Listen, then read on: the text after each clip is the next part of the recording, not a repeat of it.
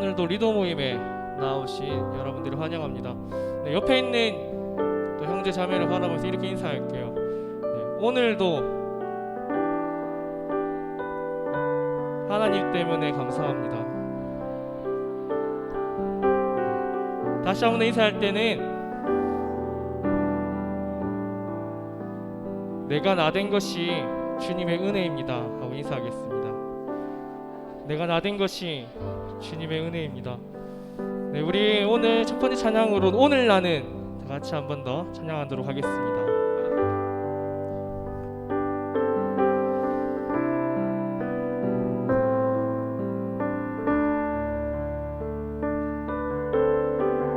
내가 먼저 손 내밀지 못하고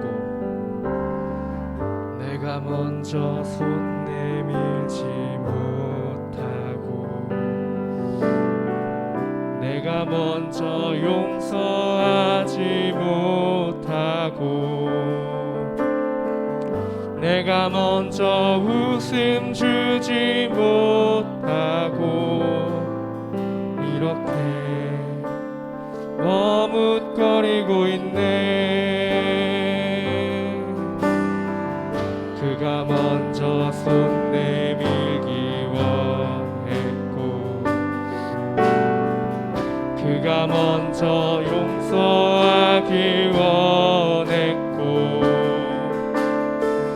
그가 먼저 웃음 주기 원했네.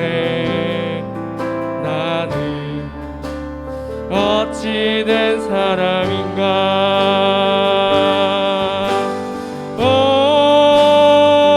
간교한 나의 입술이여 오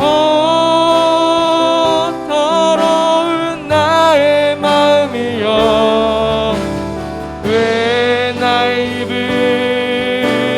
사랑을 말하면서 왜 나의 마음은 화해를 말하면서 왜 내가 먼저 져줄 수 없는가.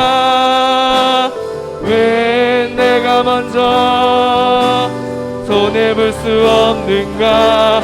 오늘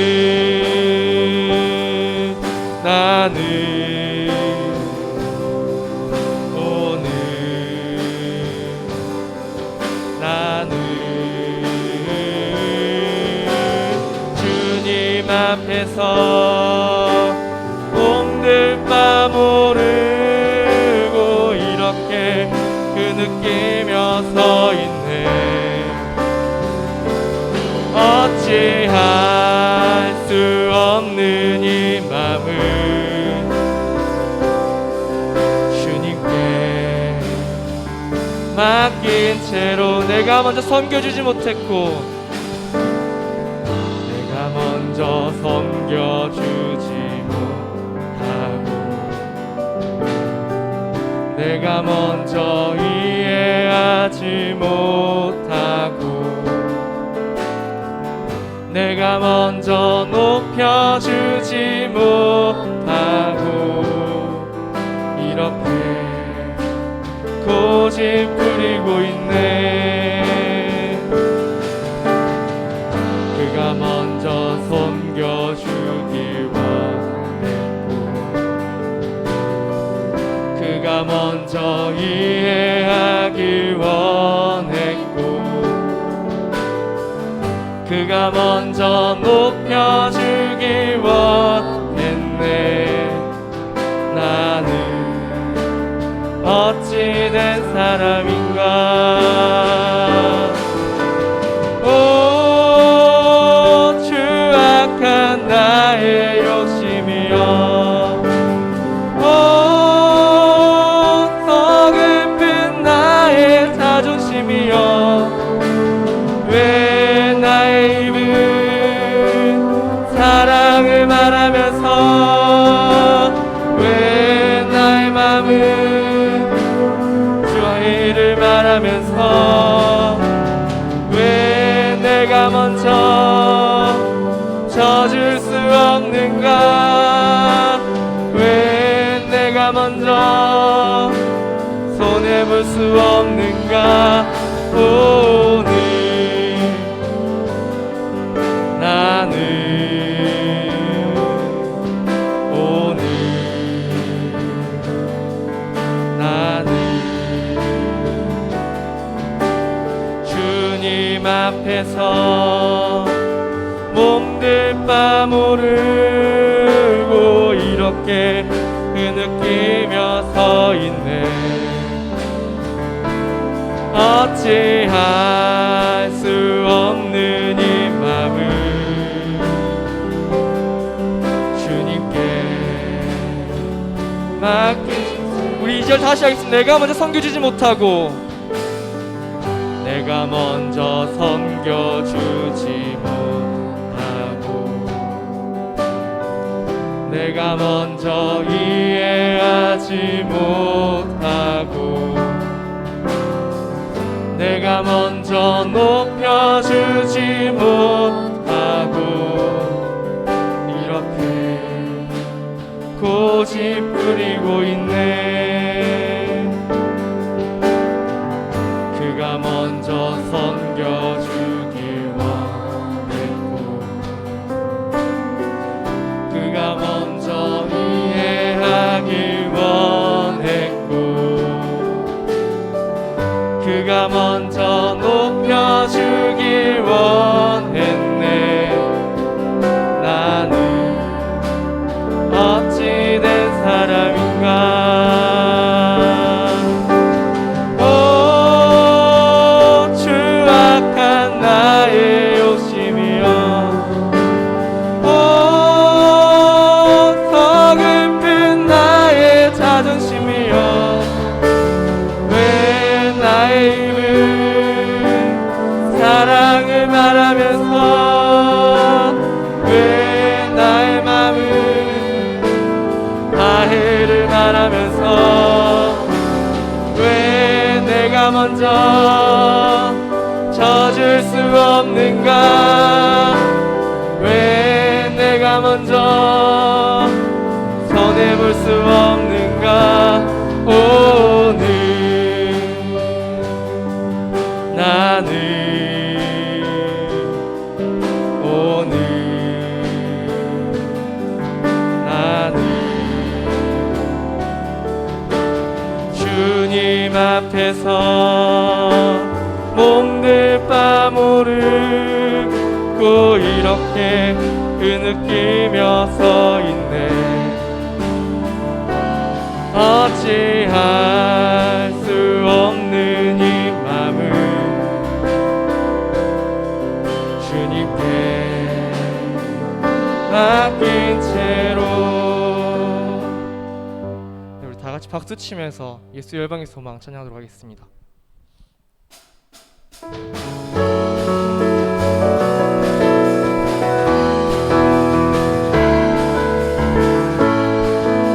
예수 예수 열방의 소망 예수 우리의 위로자 주는 온 땅의 영원한 소망 예수 어둠 속의 빛 예수 변함없는 진리 주는 온 땅의 빛이 되시네. 우리 위해 죽으시고 다시 사신 생명의 주 주님만이 소망이요 변함없는 반석이라 주님만이 온 세상을 비추시네.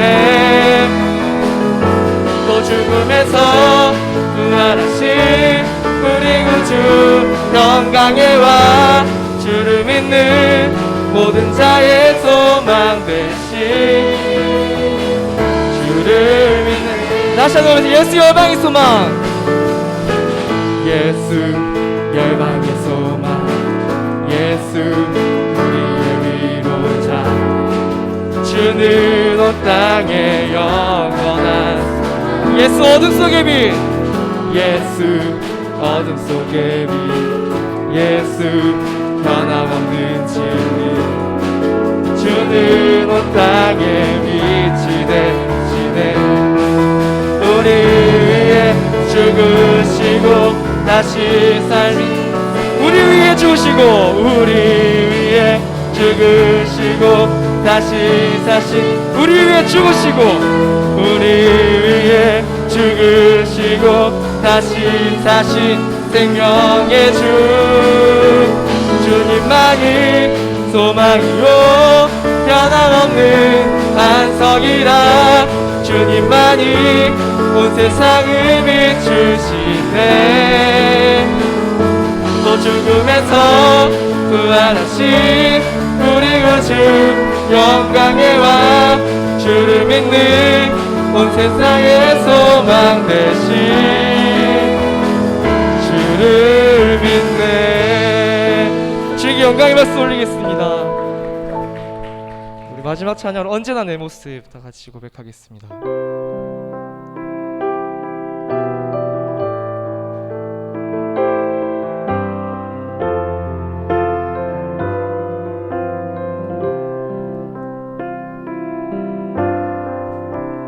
언제나 내 모습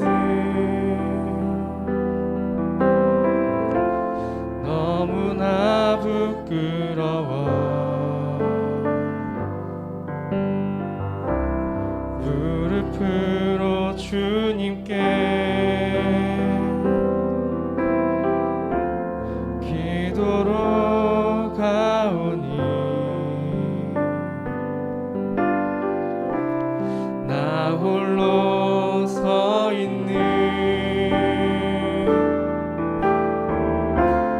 죽은 내 영 깨우사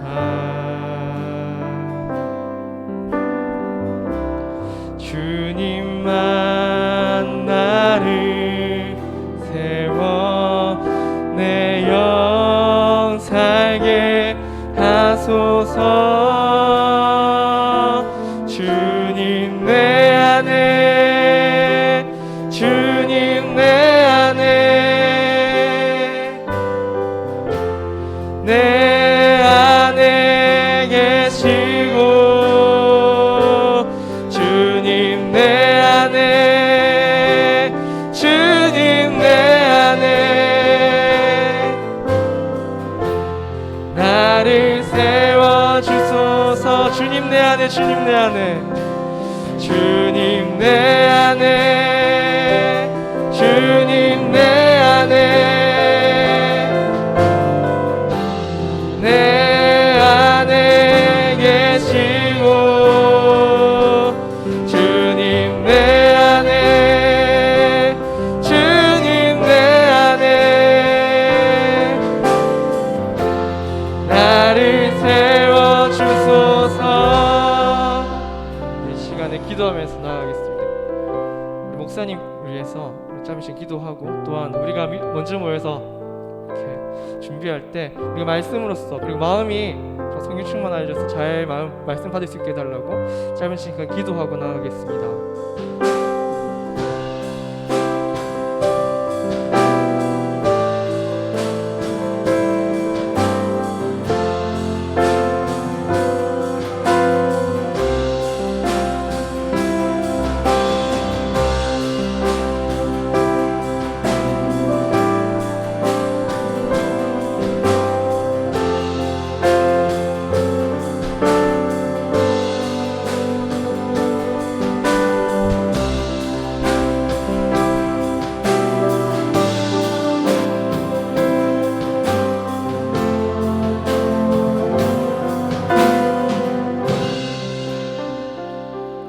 언제나 우리 힘이 되신 하나님을 찬송합니다. 우리 가운데 오셔서 우리를 인도해 주시되 지금 이 위중하고 어려운 상황 속에서 우리가 믿음으로 잘 대처할 수 있도록 도와주시고 지혜를 주셔서 우리가 하는 일들이 하나님을 기쁘시게 하는 일이 될 수 있도록 우리를 도와주옵소서. 하나님, 참 우리가 모이기 어려워지는 시간, 모이는 것이 참 힘든 그런 시간들을 보내고 있습니다. 하나님, 그럼에도 불구하고 예수님께서 말씀하신 것이 모이기를 힘쓰라. 그날이 가까이 오물 볼수록 더욱 그리하라고 말씀하셨사오니 우리가 철저하게 방역하면서 또 함께 모여 예배하고 기도하는 시간들을 즐거워할 수 있도록 은혜 베풀어 주옵소서. 예수님 이름으로 기도드립니다. 아멘. 할렐루야.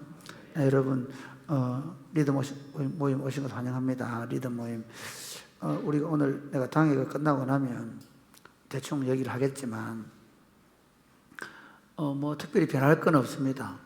우리가 이 땅에 살고 있기 때문에 이 땅의 정부가 특별히 집단적으로 가장 많이 모이는 곳이 5만 개의 교회니까 교회에 대해서 좀 모이면 자제해 주면 좋겠다라는 뜻을 우리가 더 받아들이고, 그럼에도 불구하고 우리가 더 열심히 또 이 좀 어폐가 있는 것 같은데 모이기를 자제해달라 얘기를 모이지 마라는 얘기를 받아들이기보다는 오히려 우리가 지혜롭게 모일 수 있는 방법이 뭘까를 생각해야 합니다.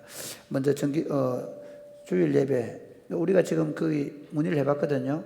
뭐냐면 정기 예배는 가능합니다. 그러니까 출석자 명부 작성, 발열 체크. 제가 제 생각에 우리 바코드 하는 걸 한번 준비를 해볼까 생각을 해야 되겠는데, 어쨌든 그렇게 하고, 그다음에 마스크 착용하고 손소독제 하는 거, 찬양팀도 이제 마스크 다 합니다. 그래서 하고요. 그다음에 의자 간격을 지금 우리 교육자들이 정말 수고를 많이 했는데 박수 한번 할까요? 네. 의자를 좀 1m씩 떨어뜨려 놨습니다. 그래서 그렇게 하도록 되어 있고요. 그다음에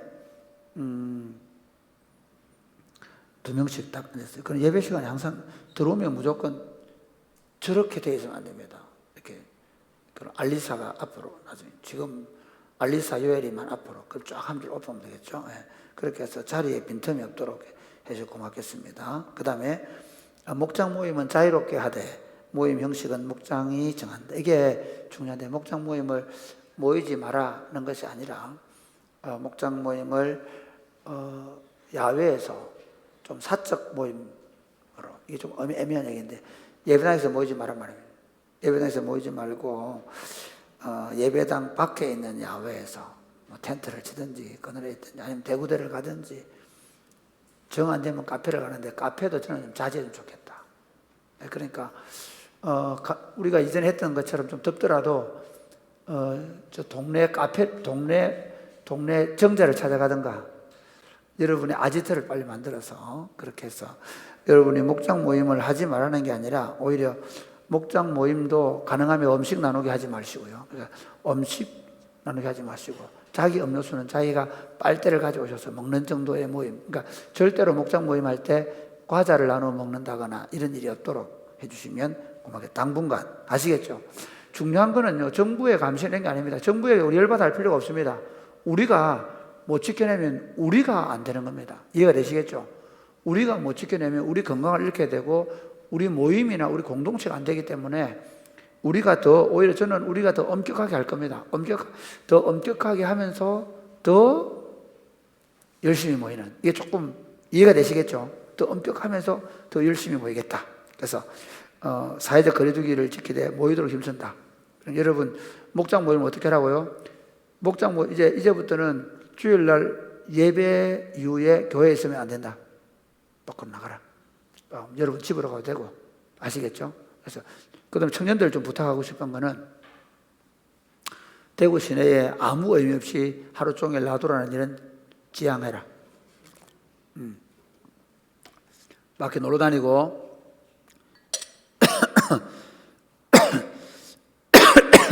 미안합니다. 김광석 거리 다니고 뭐 대구 시내 나다니는 자제해라. 왜? 목사님 대구 시내 경북산에 아무도 안 걸려. 맞습니다. 그러나 내가 아이고 스쳐 지나가는 그 사람이 서울에서 코로나에 걸린 사람일 수 있다. 그러니까 여러분이 부탁하고 싶은 건, 저는 부탁하고 싶은 게, 여러분 친구 만나려고 하면 카페에서 만나지 말고 여러분 집에서 만나세요. 그건 사적인 모임이 되거든요. 이해가 됩니까?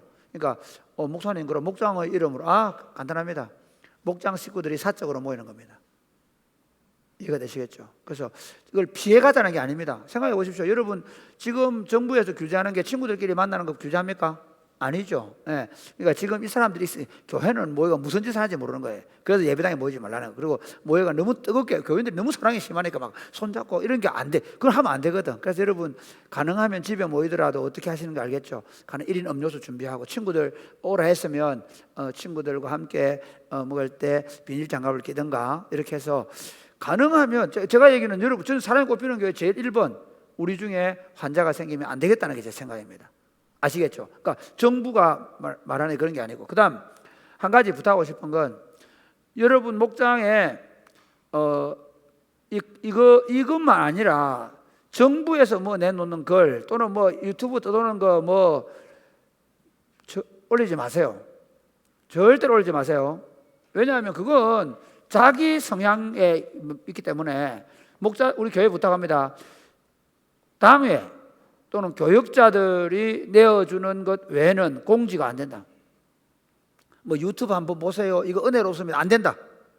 개인적으로 뭐 그 사람 내 설교 외에는 안 된다. 내 기분 나빠. 남의 설교 잘하는 거 올려가지고 전체 돌려보고 이러면 뭐 전모 목사 이런 분 나는 막 너무 그분 잘해가지고 내가 별로 기분이 안 좋아. 예. 여러분 무슨 말인가 하고 싶으냐면 뭐 어떤 훌륭한 목사도 우리 사랑이 꽃피는 교회 공동체 방에 단톡방에 올리면 안 된다. 이해가 되시죠? 예, 이거를 유념해 주세요. 왜 그러냐? 다른 사람의 마음이 불편해질 수 있다는 거예요.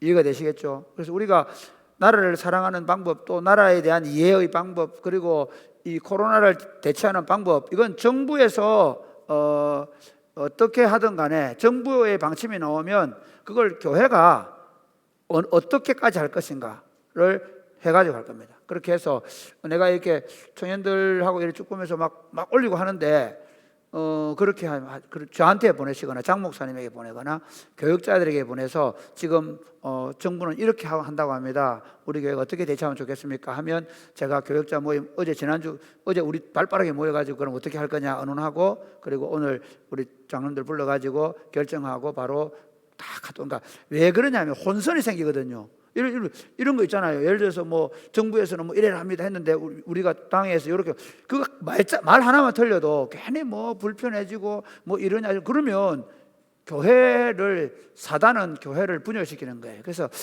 교회는 간단합니다.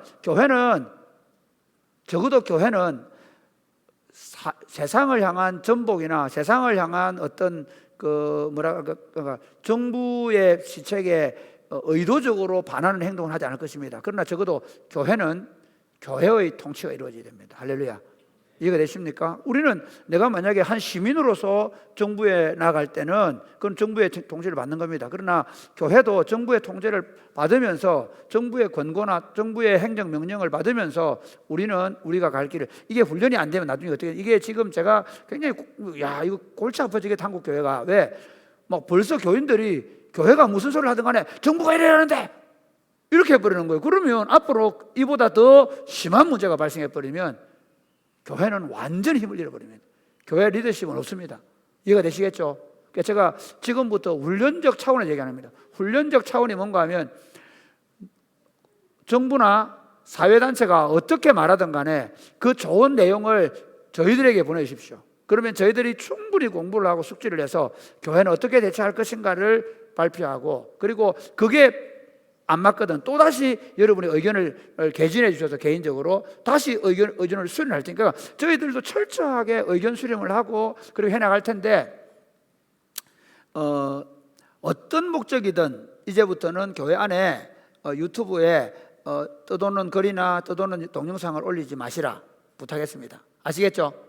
예, 뭐 그거는 제가 이제 공식적으로 얘기했습니다. 그다음 계속 내가 해야 되는데 이게 좀 정신이 없다. 그다음 3부 예배 참석자와 주일 예배 봉사자만 식사를 한다. 2부 예배까지는 식사 못 한다. 부러우면 3부로 오든가. 아니고 2부 예배 오실 때 그러니까 이렇게 하면 됩니다. 그러면 어떻게 하느냐? 각자 집으로 돌아가셔서 밥을 드시고 목장 모임을 조금 천천히 하시라. 이해가 되시겠죠? 네, 그러니까 목사님 그렇게 번거롭게 어쩔 수 없습니다. 지금 왜 그러냐면요 300명 400명 밥을 해가지고 퍼나르면 이게 비말 감염의 위험이 있었기 때문에 우리가 150명 정도 할 겁니다. 그래서 청년들은 어쩔 수 없이 밥을 못 먹고 오기 때문에 하는데 어떻게 할 거냐면 식당, 그 다음에 초등부실, 중등부실, 야외, 그 다음에 디모네실 해가지고 사회적 거리두기를 철저히 한다면, 그러니까 식탁에 6명이 둘러 앉을 수 있는데 2명만 딱 앉을 겁니다. 그렇게 해서 철저하게 우리 자신을 지켜내야 돼요. 뭐 정부가 뭘 하든 간에 관계없이. 그래서 그렇게 할 겁니다. 그 다음 주일학교 예배는 부서별로 하되 주일학교도 철저하게 방역 수칙을 지켜가면서 할 수 있도록, 교육자들 잘 들으세요. 그러니까 애들을 절대로 애들 딱 오면 딱 그 자리에 앉혀놓고 나중에 밖에 나가서는 조금 자유로워지더라도 예배당에 들어와서만큼은 정확하게 자기한 교사들이 그걸 잘 통제해서 앉힐 수 있도록 그렇게 하면 좋겠습니다. 그 다음에 식사 없이 부모님과 함께 기도한다. 좀 불편하지만 당분간 그래 주십시오. 그러니까 어린이가 있는 뭐 산부 예배 드리는 부모들은 자기 가족 식사를 좀 준비를 해 오든가 해서 아이들 뭘 준비해 산부 예배는 또 어쩔 수 없이 해야 되겠구나. 어쨌든 부모님들 좀 귀찮아더라도 식사 없이 기도하도록 하겠다. 그럼 뭐 혹시 교회 남아 있는 사람들은 어쩔 수 없이 밥은 줄 겁니다. 그거는 좀 참고하시고. 그럼 그 말의 의미를 그리고 주일날 지킴이 사역은 그대로 하고 물놀이 잠정 중단한다. 물놀이 이제 안 합니다. 이런 걸 했습니다. 물총 싸움 정도는 가능하다. 한 물총에 우리 프로그램을 개발할 때 물 같은 수탕에 들어가는 안 되지만 물총 싸우면 오히려 도망가게 돼 있잖아요. 거리두기 자연스럽게 될 테니까. 그 다음에 여름 성경학교 수련회 등은 진행하지 않는 게 지금 우리 장로들 의논하겠지만 안 할 겁니다. 선교 카페도 잠정 중단한다. 교회당 내 영상시설, 지금 오늘 기도에도 어떻게 할 거냐면 이 자리가 다 차면 어떻게 할 거냐면 준삼청, 그 다음에 로비, 그 다음에 중등부실, 디모데실은 애기들 있는 사람들은 지금 이미 영상이 다 갖춰져 있으니까 산부 예배도 마찬가지 그렇게 할 겁니다. 그래서 예배를 드리더라도 그렇게 반드시 관계를 두고 마스크를 끼고 그렇게 하겠다. 그 다음에 2부 예배 하시는 분은 1부 예배로 좀 어른들은 1부 예배로 다시 좀 많이 오셔가지고 어른들은 1부 예배를 빨리, 왜냐하면 제일 감염이 안 될 때 와서 부모님들 좀 있는 분은 불편하시더라도 그렇게 좀 해주시면 감사하겠습니다. 그 다음 기타 소모임, 이 무슨 말이냐면요, 개인적으로 목장별로 모이는 것들은 여러분이 충분히 방역을 한 상태에서 열심히 모이시기 바랍니다. 무슨 말 이해되겠습니까? 이게 지금 교회가 거꾸로 가고 있는 게 뭐냐면, 제가 개인적으로 좀 아쉬운 거는 뭐냐면, 모이지 말라니까 그러면 하면 예만 드리고, 그래 심지어 좀 죄송합니다. 제일 지금 편한 사람 누구면 목사들이 됐어요. 목사들이. 왜? 예배 한번 드리고 끝나니까. 근데 저는 반대합니다. 만약에 이 코로나가 내년 6월 달 안에 잡히게 되면 교회는 엄청난 타격을 입을 겁니다.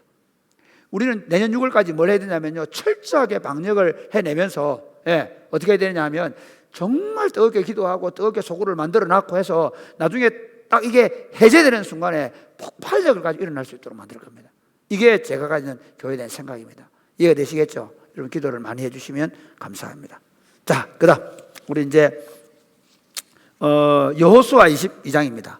오늘 우리가 참 이게 여호수아는요, 자 보십시오.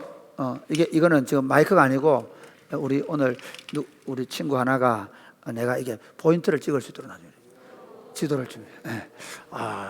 이걸 내가 오늘 하려고 딱 제 지도를 딱 준비해놨는데 이걸 역시 이 성령 안에서 우리가 통하는 친구들이 있어요.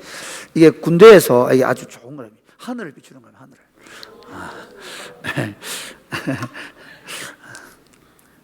자, 여러분 자 보세요. 여호수아서가 계속 합니다. 1장부터 몇 장까지? 이거 안 된다. 다 나라 애들이 다 만졌네. 이거 계속 점검을 누가 좀 해주세요. 1장부터 12장까지가 뭐죠? 정복 전쟁하는 거죠. 그러니까 전체적으로 여리고, 아이, 그 다음에 북왕국, 남왕국과의 전쟁을 1장부터 12장까지 내용이고, 13장은 그 땅 분배에 대한 서론이고, 그 다음에 14장부터 15장까지는 유다 지파의 땅 정복 전쟁입니다. 그러니까 대충 여호수아서를 읽을 때 그걸 원래 내용을 기억하고 그 다음에 교훈을 기억해야 됩니다. 그 다음에 16, 17장은 뭡니까? 에브라임, 므낫세 지파의 정복 전쟁이죠. 그 다음에 맞나? 14, 15 16, 17. 그 다음에 18, 19는 뭐예요? 남은 7지파의 정복 전쟁이죠. 맞습니까? 예. 그 다음에 20장, 21장은 뭐였죠? 20장에는 뭐 나와요? 예, 도피성을 통해서 그 땅이 안식의 땅인데 그 땅에는 생명을 존중하는 거죠. 부지 중에 살인한 사람은 절대로 죽지 않는다라는 거죠. 그 다음에 21장에 가면 뭐죠? 그 땅이 안식의 땅이 되기 위해서 뭘 해야 합니까? 48, 도피성까지 포함해서 48곳에. 그러니까 사실 20장, 21장은 레위인들에게 준 땅입니다. 간단히 얘기하면. 레위 지파에게 땅을 주면서 그들이 어떻게 하라고요? 그 땅을 어떤 도시로? 제사장 나라로 만들라는 거예요. 할렐루야. 이게 그러니까 결국은 구약에는요, 구약의 하나님의 왕국은 제사장 나라입니다. 그렇기 때문에 그 핵심이 누구죠? 레위인들과 제사장들입니다. 이게 21장, 22장까지 내용이고요. 그 다음에 오늘, 아니다. 오늘 지금 이제 20장, 21장의 내용이고, 오늘 22장, 제가 미안하면 23장을 준비를 해놔놓으니까 내가 지금 헷갈렸다, 순간적으로. 22장, 오늘 22장은요, 이게 22장은 뭐냐면, 오늘 22장은 이제 요단 동편으로 그 지파들을 보내는 거거든요. 요단 동편으로 지파산을 보내는 거고요. 23장은 그 여호수아의 마지막 당부고 24장은 이제 그 언약을 다시 맺는 그게 나옵니다. 근데 자, 여기 22장에 가서 요단 동편에 이제 보내지는 지파들에 대한 내용인데요. 22장 이 설교 안식을 주신 하나님 아닌데 안식을 주신 하나님 돼 있을까? 내가 잘못 해놨네. 안식을 주시는 하나님이 아닙니다. 아니고 원래 그 제목을 우리는 하나입니다라고 하려고 하다가 하나됨을 굳게 지킵시다 바꾸었습니다. 하나됨을 굳게 지킵시다로 바꾸었거든요. 왜냐하면요, 참 22장이 재밌어요. 자 보세요. 자 이제 정복 전쟁이 끝나가지고 자 이제 한번 보세요. 자 이게 큐 지도. 아 이렇구나. 이게 너무 좀 더 안 되나요? 좀 더 선명하게 안 나오나요? 이건 안 되는데. 그렇죠. 이게 전체적으로 그렇구나. 이게 안 나오나? 선명하게. 우리가 지금 자, 이래 보세요. 이게 요단강이거든요. 이 요단강인데 요단강 이쪽이 뭐라고요? 예? 예, 동편입니다. 여기 요단강 동편에 그다음에 누가 있죠? 르우벤, 그다음에 갓, 그다음에 므낫세 지파가 있고요. 그다음에 이쪽에 몇 지파가 있습니까? 이쪽에 그러면 9지파 반. 그렇게 해서 12지파인데 사실 하나님 약속한 땅은 뭡니까? 이 땅이죠. 이 땅입니다. 그러다 보니까 이쪽의 땅을 차지한 사람들 입장에서 보면 이게 우리 땅, 우리가 같은 지파, 저기는 이게 역시 저게 낫는데 저런 화면이 앞으로는 내가 좀 더 좋은 걸 돈이 많이 들어가야 되겠지만 뭐냐면 이쪽 땅 사람들 입장에서는 이게 약속의 땅이다 보니까 이쪽 땅 사람들이 하나인가에 대한 문제가 있어요. 나중에 이스라엘 역사를 보면 이거는 막 없어져 버립니다. 있는지 없는지 허지부지해져 버려요. 실제로. 그러나 요수아 22장에서는 이 땅에 사는 모든 사람들이 하나 됐다는 사실을 말씀하기 위해서 22장을 기록해 놓은 거예요. 이해가 됩니까? 후손들에게 우리가 한 민족이라는 사실을 기록하기 위해서 기록해 놨어요. 이 본문을. 자, 1절부터 6절까지 한번 보십시오. 1절 6절까지 한번 천천히 읽어보겠습니다. 시작. 그때 여호수아가 르우벤 사람과 갓 사람과 므낫세 반 지파를 불러서 그들에게 이르되 여호와의 종 모세가 너희에게 명령한 것을 너희가 다 지키며 또 내가 너희에게 명령한 모든 일에 너희가 내 말을 순종하여 오늘까지 날이 오래도록 너희가 너희 형제를 떠나지 아니하고 오직 너희의 하나님 여호와께서 명령하신 그 책임을 지키도다. 이제는 너희의 하나님 여호와께서 이미 말씀하신 대로 너희 형제에게 안식을 주셨으니 그런즉 이제 너희는 여호와의 종 모세가 요단 저편에서 너희에게 준 소유지로 가서 너희의 장막으로 돌아가되 오직 여호와의 종 모세가 너희에게 명령한 명령과 법을 반드시 행하여 너희의 하나님 여호와를 사랑하고 그의 모든 길로 행하며 그의 계명을 지켜 그에게 친근히 하고 너희의 마음을 다하며 성품을 다하여 그를 섬기치니라 하고 여호수아가 그들에게 축복하여 보내매 그들이 자기 장막으로 재밌는 게 뭐냐면요, 사실은 그 사람들은 이미 땅을 받았잖아요. 땅을 받았는데도 불구하고 모세가 너희가 형제 앞장을 서서 너희가 먼저 가나안 땅 정복 전쟁을 하라 합니다. 그래가지고 르우벤과 gad과 므낫세의 2분의 1지파가 7년여 기간 동안, 보통 성경학자 한 7년여 생각하거든요. 7년여 기간 동안 자기 가족을 떠나서 이 정복 전쟁의 선봉에 서서 같이 싸움을 합니다. 이 대단한 일이죠. 그러니까 그들 왜 모세가 그렇게 명령했을까요? 하나됨을 지키기 위해 첫 번째 이유가 있어요. 사실은 만약에 이들이 우리는 이 땅 차지했으니까 우리 안 가겠다라고 얘기했으면 오히려 이쪽 아까 말한 그 지도의 동쪽과 서쪽 지파가 서로 반목했을까요? 하나가 됐을까요? 반목했죠. 그러니까 사실은 서쪽에 있는 자기 땅이 있음에도 불구하고 그 형제들을 위해서 전투를 7년 동안이나 해준 그 나라, 그 부족들, 그러니까 르우벤, 갓, 므낫세 2분의 1에 대해서 얼마나 자기들의 기업을 위해서 싸워준 사람들이잖아요. 왜? 형제이기 때문에. 그래서 여기서 너희가 책임을 다해서 이렇게 얘기하거든요. 우리가 함께 하나님 나라를 세운다라고 말할 때 참 그런 게 너무 중요해요. 그러니까 나는 막 그냥 빠져도 되고 그게 아니라 얘가 그 얘기를 좀 하고 설교할 때는 그 얘기 할 겁니다. 직분이라는 것에 대해 얘기할 때 그래서 너희가 그 에베소서 2장에 보면 너희는 여호와의 성전이다라고 얘기하면서 함께 지어져 간다라고, 함께 지어져 간다. 그게 중요하거든요. 자기 역할이 자기 역할. 그러니까 직분은 한국 교회는 지금 직분이 막 뭐라 주장하고 자기 드러내기 위해서 명예처럼 돼가는데 직분의 역할은 뭐냐면 내게 준 은사를 따라 내가 공동체를 세우기 위하여 기능하는 거예요. 그래서 빌립보서에 보면 너희가 각각 자기 일을 돌아보고 다른 사람의 일을 돌아보라. 그러니까 자기 책임을 먼저 지고 그리고 다른 사람이 못하면 돌아봐주는. 이게 우리가 하나됨을 지켜가는 가장 중요한 원리예요. 예를 들어서 우리가 오늘도 우리 이제 와 보니까 이거 만드는데 이거 막 땀을 막 흘리더라고요. 그 서우석 전사님 막 이마에 땀이 나요. 드디어 제가 발견했습니다. 이마에 머리가 빠지는 사람은 내재가 아니고 열이 많은 사람이구나.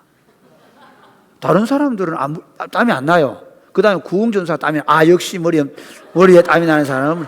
그래서 내가 그동안 엄청나게 죄책감을 가졌거든요. 교육자를 너무 괴롭혀가 다 머리 다 빠지고 내 혼자 머리 이름 많아가.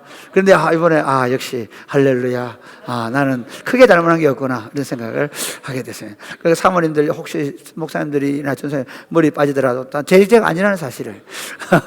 그 내가 참 감사한 게 뭐냐면 우리 교회가 지금 참 잘하고 있는 게 우리 교육자들이 있잖아요. 뭔 일을 할 때 진짜 내가 지금까지 본 교회하고 다른 게 뭐냐면 서로 티격태격하거나 서로 안 하려고 그런 게 없어요. 진짜 누구든지 오면 오늘 구흥전사는 자기 공동체 무슨 모임이 있었는데도 그 취소하고 바로 달려와서 다 이렇게. 제가 감사하게 생각합니다. 앞으로도 뭐 교육자들만 그런 게 우리 장로도 마찬가지. 그러니까 우리 장로님들도 보면 서로 협력하고 하는 게, 내가 지난주에 우리 장로님들 참 제가 그 기도하는 것들 보면서 목회자의 설교에 도움이 많이 됩니다. 뒤에 앉아서 이런 경우 있거든요. 뭐 빨리 안 끝나나 싶은데 그런 기도가 있을 수도 있거든요. 그런데 우리 장로들 보면 기도도 간략하게 하고 그러고 딱 진짜 내가 설교하기에 너무 편하게. 그래서 내가 지난주는 설교 안 하고 내려가려 했거든요. 이미 기도가 설교를 다 했어. 서로가 도와주겠다는 마음이 있습니다. 제가 얘기는 어떻게 하면 서로를 도와줄 것인가, 이게 우리 그리스도인의 자세가 돼요. 여기 보면 이 요단 동편에 있는 두 지파가 자기 책임을 다한 거예요. 그 다음 한번 보실까요? 7절 8절 한번 읽어보세요. 7절 8절 시작. 므낫세 반 지파에게는 모세가 바산에서 기업을 주었고 그 남은 반 지파에게는 여호수아가 요단 이쪽 서쪽에서 그들의 형제들과 함께 기업을 준지라. 여호수아가 그들의 장막으로 돌려보낼 때 그들에게 축복하고 말하여 이르되 너희는 많은 재산과 심이 많은 가축과 은과 금과 구리와 새와 심이 많은 의복을 가지고 너희의 장막으로 돌아가서 너희의 원수들에게서 탈취한 것을 너희의 형제와 나물지니라 하매. 네, 여기까지만 보면요. 재밌는 게, 전리품이란 뭐냐면요. 이렇게 생각하면 됩니다. 고대 사회는 가장 좋은 산업은 전쟁입니다. 아말렉 사람들 나오죠. 성경에 아말렉은 주업이 뭐냐? 전쟁입니다. 그러니까 아말렉의 주업이 전쟁이에요. 블레셋도 마찬가지예요. 왜 미디안 사람들이 기드온 시대에 보면 오잖아요. 그때 언제 오느냐면요. 꼭 추수철에 옵니다. 그러니까 추수철 되면 와서 뺏어가고, 그러니까 그 당시에 고대 사회는 다 전쟁으로 자기들의 필요를 채우는 로마 사회가 그래. 로마도 그렇고 그다음에 알렉산더도 마찬가지고요. 어떻게 하냐면 정복 전쟁을 할 때 그 군인들은요, 알렉산더가 그런 일이 있죠. 막 전리품 중은 다 불태워버리는 일이 생기잖아요. 왜 그러냐면요, 이게 전리품이 너무 많아가지고 전쟁을 못 가는 거예요. 그러니까 용병들이거든요. 대부분이 그 당시 전쟁은 용병들이 많아요. 고대 사회는. 그럼 왜 용병으로 나오냐면요, 전쟁에 이기면, 이 장군이 전쟁을 이기면 그만큼 많은 걸 차지하는 거예요. 그러니까 지금 이 사람들도 전리품을 많이 가졌어요. 그러니까 이미 그 전쟁을 통해서 엄청난 부자가 된 거예요. 그런데 그 부를 가지고 돌아갈 때 이렇게 얘기해요. 너희 참전하지 못한 형제들과 나누라는 거예요.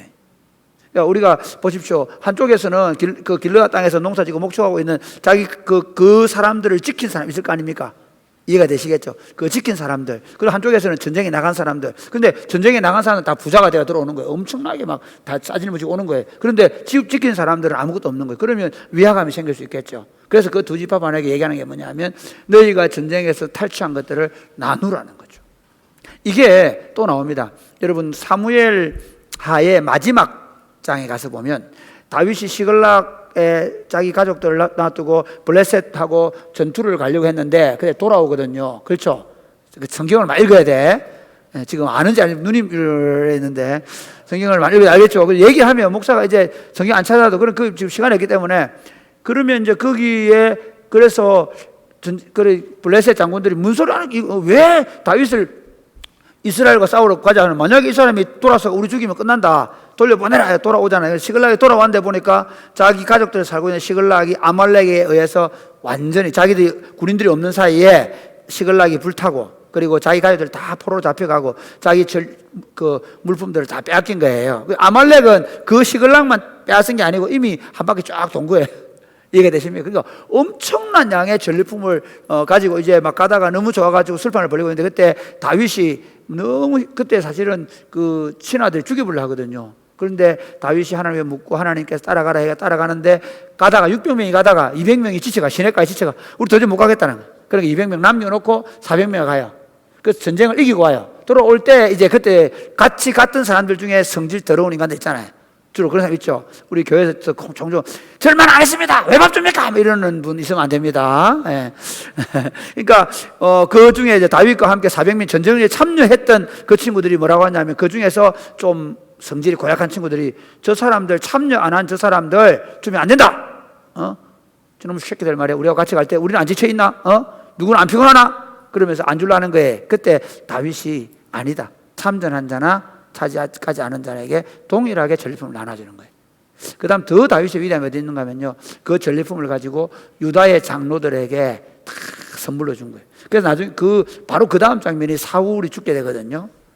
이제 사무엘 하루 넘어가면 사울이 죽게 되고, 사울이 죽었을 때 제일 먼저 유다 장로들이 나서가지고 다윗을 왕으로 옹립을 해요. 제가 그 얘기 하려고요. 사실 하나됨, 공동체를 하나로 만드는 방법은요, 우리는 세상은 어떻게 합니까? 그 사람의 공로에 따라서 막 따지고 내가 더 했고 네가 덜 했고 이런 거 하잖아요. 교회는 그러면 안 돼요. 교회는 어떻게 되느냐? 교회는 내가 노력했더라도 함께 나누는, 함께 땀을 나누고. 지금 우리 교회가 하고 있는 이렇게 학사를 한다든지, 또는 우리 지금 이렇게 아이 낳아가지고 이렇게 한다든지, 조문을 한다든지, 이런 이유가 보통 일반 교회에 가서 보면요, 지금 제일 안 되고 있는 게 결혼 장례식에 소위 말하면 열심히 다닌 사람 집에 많이, 그러니까 온 집에 가는 거예요. 안 온 집에 안 가죠. 그래서 그러다 보니까 어떤 교회 안에서도 부익부, 비익분 현상이 많이 다니고 교회 안에 유명한 장로나 교회 안에 유명한 사람들은 많이 손님이 와요. 그런데 교회에서 가난하고 어려워서 자기 먹고 살기 어려워서 자기 잘 못 돌아본 사람들은 안 되는 거예요. 그런데 여러분 저는 간단합니다. 왜 하냐? 그 사람이 안 했더라도 우리가 한번 다 해주고 나면 그분이 빚 갚으러 올 거 아니에요. 그렇죠? 안 해도 괜찮아요. 안 해도. 그런데 제가 얘기하고 싶은 건 뭐냐면요, 그런 문화가 계속 정착하면요, 이해가 됩니까? 나중에 송지혜가 시집 간다 그러면 다 가는 거예요. 할렐루야. 그래서 송지혜가 열심히 다니고 있잖아요. 네, 그런 거죠. 그러니까 여러분, 우리가 제가 얘기하고 싶은 게 그런 문화를 교회는 만들. 교회는요, 누가 많이 가지고 누가 많이 노력했기 때문에 많이 가요, 그런 거 없습니다. 교회는 어떻게 더 나누는 거예요. 어떻게 더 서로가 서로를 베풀고 나누고 섬기는 문화가 있어야 그게 하나 돼. 그러니까 지금 좀 반대로 얘기하면요, 왜 지금 한국 교회가 정부 때문에 안 되는 줄 아십니까? 아닙니다. 뭐 예배를 막으니까 아닙니다.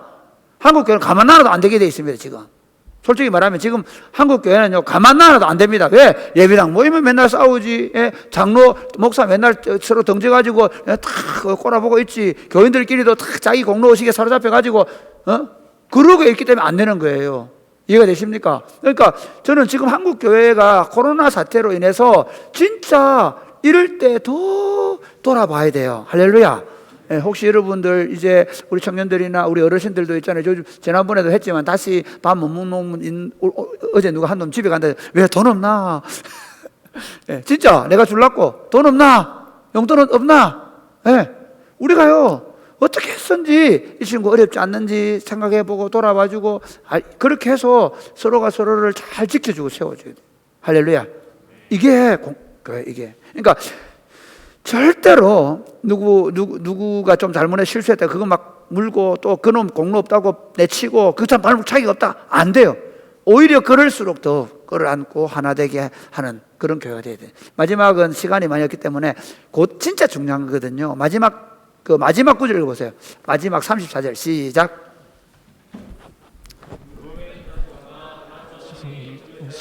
이스라 불렀으니 우리 사이에 이 제단은 여호와께서 하나님이 되시는 증거라 함이었더라. 예, 사실 10절부터 그 34절까지 그 24절의 내용이 뭔가 하면요, 간단히 얘기하면 요단강 동편에 간 사람들이 어떻게 하냐면 큰 제단을 하나 쌓아요. 제사드리는 단을 하나 쌓아요.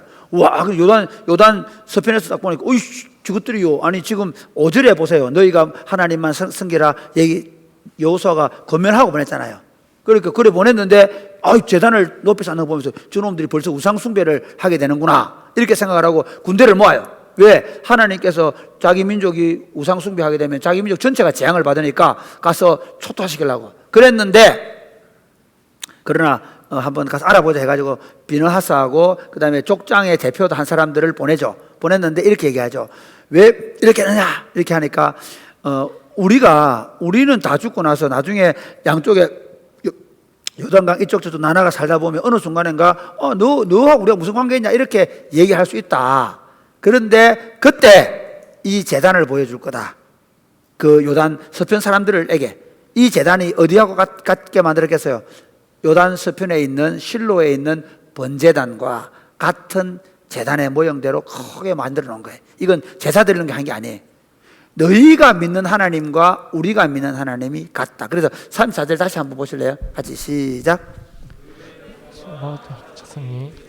이스라 불렀으니 우리 사이에 이 제단은 여호와께서 하나님이 되시는 증거함이었다. 이 제단은 여호와께서 하나님이 되시는 증거. 이게 무슨 말이냐면 여호와가 신이다 그 말이에요. 우리도 여호와를 하나님으로 믿는 신앙을 가지고 있다는 것을 이 제단이 증거한다. 그래서 증거라는 뜻의 이라는 단어를 썼다. 기도하겠습니다. 하나님 아버지 감사합니다. 우리가 하나입니다. 우리가 한 신앙 고백을 가진 한 고백 공동체임을 믿고, 그리고 서로 도와주고 사랑하고 나누고 베풀고 자기 책임을 잘 감당해서 건강한 공동체를 함께 세워갈 수 있도록 복을 내려 주옵소서. 예수님 이름으로 기도드립니다. 아멘.